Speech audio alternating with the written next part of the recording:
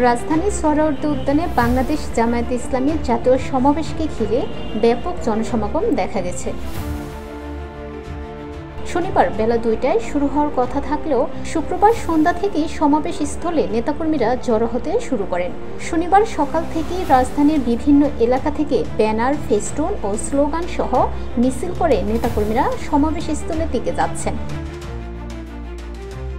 Metro rail ও অন্যান্য গণপরিবহনেও জামায়াত কর্মীদের উপস্থিতি চোখে পড়েছে। দলটির নেতারা জানান, স্বাধীনতার পর এই প্রথমবার সোহরাওয়ার্দী উদ্যানে সমাবেশ করছে জামায়াত। এই সমাবেশ অনুষ্ঠিত হচ্ছে এমন একটি সময়ে যখন জাতীয় নির্বাচন ও রাজনৈতিক সংস্কার নিয়ে নানা জটিলতা চলছে। এর পাশাপাশি গোপালগঞ্জে এনসিপির সমাবেশে হামলার ঘটনার পর রাজনীতিতে নতুন করে উত্তেজনা তৈরি হয়েছে। সমাবেশে বড় আকারে লোক সমাগম নিশ্চিত করতে রেল, সড়ক ও নৌপথে ব্যাপক প্রস্তুতি নেওয়া হয়েছে।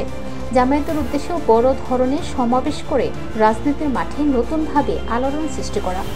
সমাবেশ থেকে নতুন প্রজন্মের উদ্দেশ্যে গুরুত্বপূর্ণ বার্তা দেবেন জামায়াতের আমির ডক্টর শফিকুর রহমান।